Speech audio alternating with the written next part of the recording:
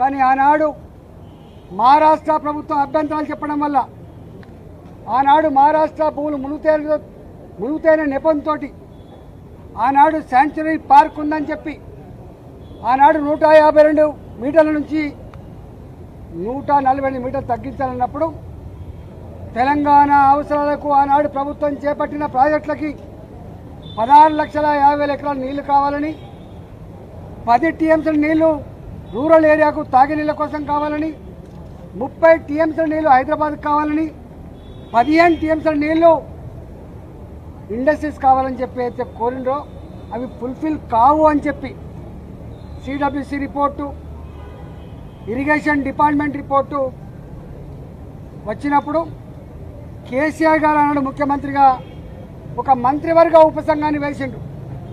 హరీష్ రావు గారి నాయకత్వంలో వారు ఆనాడు ఇరిగేషన్ శాఖ మంత్రి, నేను ఆర్థిక మంత్రిగా, అదేవిధంగా ఇవాటి మంత్రిగా ఆనాడు మంత్రిగా ఉన్నటువంటి తుమ్మల నాగేశ్వరరావు గారు ఆర్ఎండ్బి మంత్రిగా మంత్రివర్గ ఉపసంఘం వేసిండు.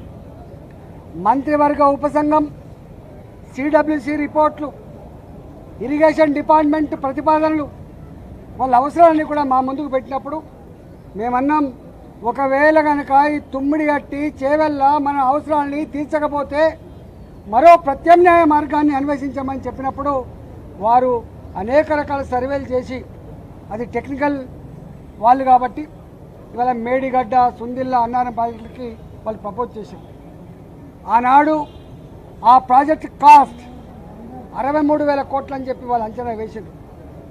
ఆ తదుపరి అనేక పరిణామాలు, అనేక జిల్లాల్లో వచ్చిన డిమాండ్లు, ఇంకా అనేక కొత్త ఏరియాకు నీళ్ళు ఇవ్వాలన్నటువంటి రైతుల ఆక్రందనలు, ఉన్న ఇరిగేటెడ్ ఏరియాకు స్టెబిలైజ్ చేయాలన్నటువంటి నిర్ణయాలు, అనేక రకాల నిర్ణయాల వల్ల అది 82,000 కోట్లకు పోయినమాట వాస్తవం.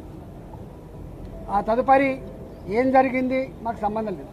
ఇక్కడ మమ్మల్ని అడిగిన ప్రశ్న ఏంటంటే, మీరు ఆర్థిక మంత్రిగా ఉన్నారు కదా, ఈ డిజైన్లతో,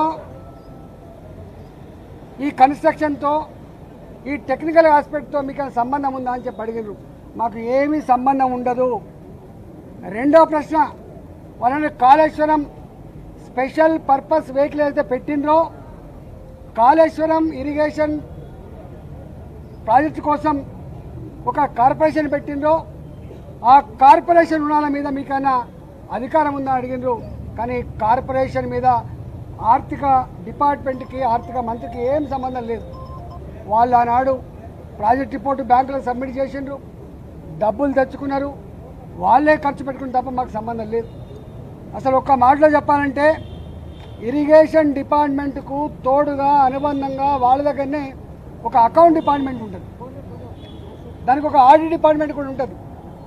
ఆ బిల్లులు మంచా చెడా, పనులు అయినాయా కాలేదా, క్వాంటిటీ ఉందా లేదా, క్వాలిటీ ఉందా లేదా, ఇవన్నీ చెక్ చేసుకోవాల్సింది ఆ ఇరిగేషన్ డిపార్ట్మెంట్ నుండి వాళ్ళ అకౌంట్ సెక్షన్, ఆ తదుపరి ఆడిట్ సెక్షన్ మా దగ్గరికి వస్తుంది. కాళేశ్వరం కార్పొరేషన్ కింద ఏ డబ్బులైతే ఉండనో వాళ్ళే నేరుగా పే చేసుకునే మాకు సంబంధం లేదు. బడ్జెట్ అలొకేటెడ్ డబ్బు అయితే ఉందో మా దగ్గర అలొకేటెడ్ డబ్బు ఉంటే తప్పకుండా దాని ప్రకారం బిల్లు పే చేస్తాం తప్ప దాని వాల్యూస్తో కానీ వాటితో మాకు ఏం సంబంధం లేదని చెప్పి కరాఖండిగా చెప్పడం జరిగింది. కానీ ఇవాళ ఎంత దుర్మార్గులు అంటే, ఈ ఈటల రాజేంద్ర గారు పిలుస్తాండ్రు, ఏం పిలుస్తావు, ఏం పిలిచినా ఏముంటుంది. మా బతుకు చాలా ట్రాన్స్పరెంట్గా, మేము ఎథిక్స్ కోసం బతికిన వాళ్ళం, ప్రజల కోసం బతికిన వాళ్ళం. కంత మీద తుపాకీ పెట్టినా కూడా గదే మాట మాట్లాడడం తప్ప ఇంకోటి మాట మాట్లాడటం కాదు. ఇవాళ పిచ్చి కూతలు, కారు కూతలు, ఇలా కుక్కలు లెక్క ఎక్కబడ్డే మాటలు చూస్తూ ఉంటే బాధ అనిపిస్తూ ఉంది. ఏది ఏమైనా తెలంగాణ ప్రజలు నిజమైన న్యాయ నిర్ణేతలు, ఎవడు తప్పు చేసిండో ఎవడు ఒప్పు చేసిండో వాళ్ళు నిర్ణయిస్తారు తప్ప ఇవాళ కొద్దిమంది బట్ట కాల్చి మీద చేసినంత మాత్రం మీకు అయ్యే ప్రసక్తి లేదు.